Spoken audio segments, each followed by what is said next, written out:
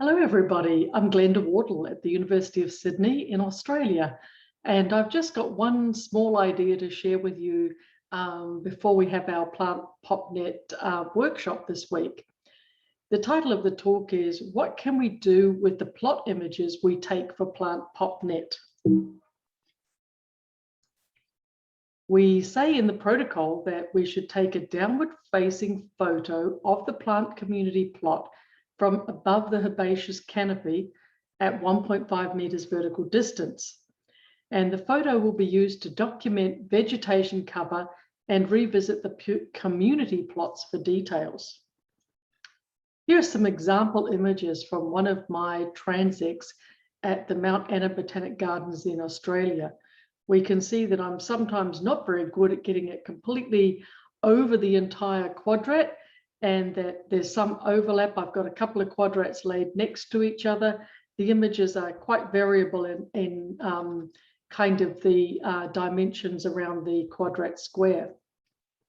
But why are these plot images useful? Firstly, they are a record of the density of both Plantago and other vegetation per plot. If you get stuck, they can actually be useful in helping to relocate where the whole transect is, or even where plants are within a plot, as well as the spatial locations we have. We're collecting them to be part of the community data. What I'm going to talk about today is their usefulness as a way to measure vegetation green fraction, and maybe even to create an additional data set that can be helpful for scaling up greenness fraction to match into remotely sensed data sets. First, some history. We know populations can be very dynamic. That's one of the main motivations for Plantpopnet. Yet we don't have in the protocol a way to record colonization or extinction. I started my first transect in Australia in the Mount Anna Botanic Gardens. I started the survey in 2015, and we're looking at the site there. Unfortunately, the plants all died, and there was a local extinction of that Plantago population, and they were still dead by the year 2018. Now, the way I know this is, of course, I keep going back there just to check on them. And in 2020, we were absolutely stunned to find that the whole population had recovered somehow. What it appeared was that the below ground soil seed bank had germinated after many years of being absent above ground, and there were big healthy Plantago plants in 2020. So we know that the seeds can be dormant for greater than 1 year at that site. Of course, I started a second transect, a second location of population, also within the Mount Anna Botanic Gardens. And here we are in 2017, censusing the population of Plantago. This population was not under a forest canopy. It was out on an open hillside that had previously been farmland. In 2018, I think you can even see there's evidence of our own trampling along the edges of the transect. In 2020, the entire hillside was much greener, much more vegetated, and had changed considerably from the original start. I'd also, like everybody, been interested in how the numbers of plants per plot change at my site. So I've just plotted up here very briefly the total number of plants. For 2017, I started with 103. Protocol calls for us to get over 100. And I have 22 0.5 by 0.5 meter plots. And we can see that in the first year in blue, the numbers per plot was variable, nothing surprising there. In 2018, as it greened up a little bit, the dark orange shows that in many plots, the numbers of individuals had increased. 2019, not such a good story, they declined. And in 2020, the plants had gone down to 33. And of course, given the previous experience of an entire location going extinct, I am wondering what will happen to this population. So here's a starting image of something that we would all have taken an image looking down over our plot. And of course, they're not perfect. They're not completely square necessarily. It depends on how tall you are, whether you can get exactly over the 0.5 by 0.5 meter plot. So I found an online software called Graphic Converter that can adjust for the skewness using a keystone feature. And what you do is you simply have these 4 handles that appear, and those handles get moved to the corners, and you do that for each one, hit the buttons, and you get a much nicer square plot.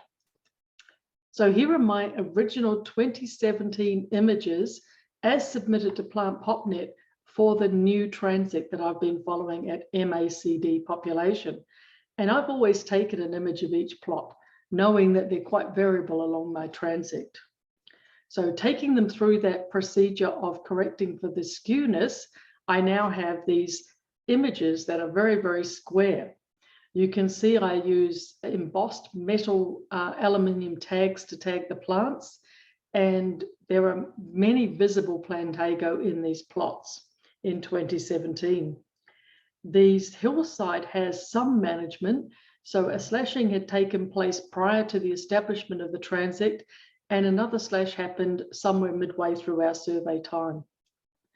In 2018, the plots were looking a lot greener. In 2019, just more change over time. 2020, lots of green. But where are the Plantago? That's what I started to wonder. We were down to 33 plants over the entire transect by now.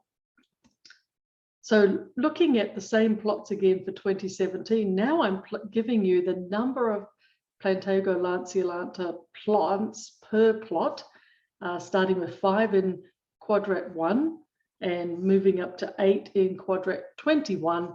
And the last quadrat, not showing the picture here, but we had 8 individuals in that plot. So they vary from a low of 1 up to highs of 10 in 2017. Now I'm going to show you how those numbers change over time, but also giving you that spatial and the kind of greenness background to that story. Here's 2018. We're up to 138 plants.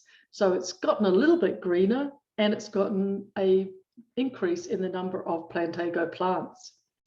By 2019, the number is now down to 61. And by 2020, the number is down to 33. So it looks a lot greener, but that overstory of actually grass and herbaceous cover, not a woody canopy, but a grass and herbaceous cover, has changed the number of Plantago in my survey.